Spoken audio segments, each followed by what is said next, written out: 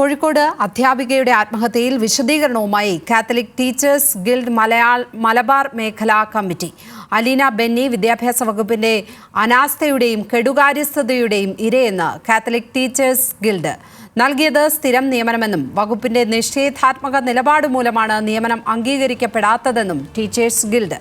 ഇതിനായി സംഭാവന ഒന്നും സ്വീകരിച്ചിട്ടില്ല എന്നും ഗിൽഡിന്റെ പത്രക്കുറിപ്പിൽ പറയുന്നു. വിവരങ്ങളുമായി ബെൻസൺ ബാബു ചേരുന്നു. ബെൻസൺ, ഈ വിശദീകരണത്തിൽ നിന്ന് നമുക്ക് മനസ്സിലാകുന്നത് എന്താണ്?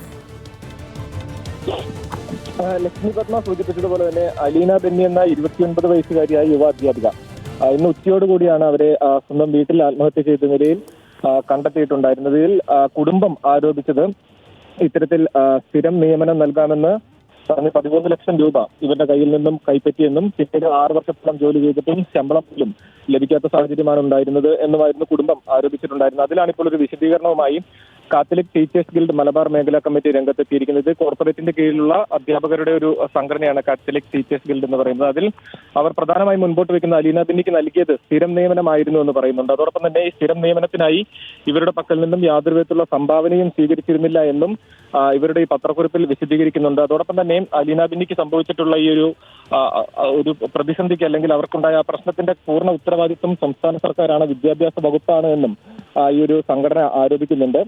അതായത് ഈ വകുപ്പിന്റെ ഭാഗത്തു നിന്നും ഉണ്ടായിട്ടുള്ള കെടുകാര്യസ്ഥത, അതായത് ഇത്തരത്തിലുള്ള നിയമനങ്ങൾക്ക് അംഗീകാരം നൽകാതെ കാലങ്ങളോളം കാത്തിരിക്കേണ്ടി വരുന്ന ഒരു അവസ്ഥ അത് വകുപ്പിന്റെ ഭാഗത്തു നിന്നുണ്ടായ ഒരു അനാസ്ഥയാണ്. അതിന്റെ ഇരയാണ് അലീന ബെന്നി എന്നുമാണ് ഈ സംഘടന ഇപ്പോൾ ആരോപിക്കുന്നത്. അല്ലെങ്കിൽ അവരുടെ ഒരു പത്രക്കുറിപ്പിലൂടെ അവർ അത്തരത്തിലൊരു വിശദീകരണമാണ് നൽകുന്നത്. അതിൽ എടുത്തു പറയേണ്ട കാര്യം, ഈ കുടുംബത്തിന്റെ മാതാപിതാക്കൾ, പെൺകുട്ടിയുടെ മാതാപിതാക്കളുമായി നമ്മൾ നേരിട്ട് സംസാരിച്ചിരുന്നപ്പോൾ അവർ പറഞ്ഞിരുന്നു ഇത്തരത്തിൽ 13 ലക്ഷം രൂപ ഈ ഒരു നിയമനത്തിനായി നൽകിയിരുന്നു. താമരശ്ശേരിയുടെ കോർപ്പറേറ്റ് മാനേജ്മെന്റിനായിരുന്നു ആ പണം നൽകിയിട്ടുണ്ടായിരുന്നത്. അതിനുശേഷമായിരുന്നു ഇത്തരത്തിൽ നിയമനം നൽകാമെന്ന് അറിയിച്ചിട്ടുണ്ടായിരുന്നു. അതിനായി ഒരു സ്കൂളിൽ നിന്നും മറ്റൊരു സ്കൂളിലേക്ക് മാറ്റം ഉൾപ്പെടെ നൽകിയിട്ടുണ്ടായിരുന്നു എന്ന് കുടുംബം തന്നെയായിരുന്നു നമ്മോട് പറഞ്ഞിട്ടുണ്ടായിരുന്നത്. അപ്പോൾ അത്തരത്തിൽ ഈ നിയമനത്തിനായി പണമൊന്നും വാങ്ങിയിട്ടില്ല എന്നാണ് ഇപ്പോൾ ഈ ഒരു സംഘടന പറയുന്നത്. അപ്പോൾ ഇക്കാര്യത്തിൽ ഇനിയും ഒരു വ്യക്തത വരേണ്ടതുണ്ട്. കുടുംബത്തിന്റെ ഭാഗത്തു നിന്നും കൃത്യമായിട്ടുള്ള പ്രതികരണങ്ങൾ ഇക്കാര്യത്തിൽ ഉണ്ടാവേണ്ടതുണ്ട്. നിലവിൽ സൂചിപ്പിച്ചതുപോലെ തന്നെ ഈ പെൺകുട്ടിയുടെ മൃതദേഹം ഇപ്പോൾ കോഴിക്കോട് മെഡിക്കൽ കോളേജ് ആശുപത്രിയിലാണ്. നാളെ പോസ്റ്റ്മോർട്ടം അടക്കം പൂർത്തിയാക്കേണ്ടതുണ്ട്.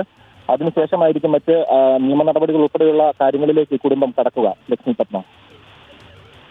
ബെൻസൺ ബാബു ആണ് കോഴിക്കോട് നിന്നും വിവരങ്ങൾ പങ്കുവച്ചത്.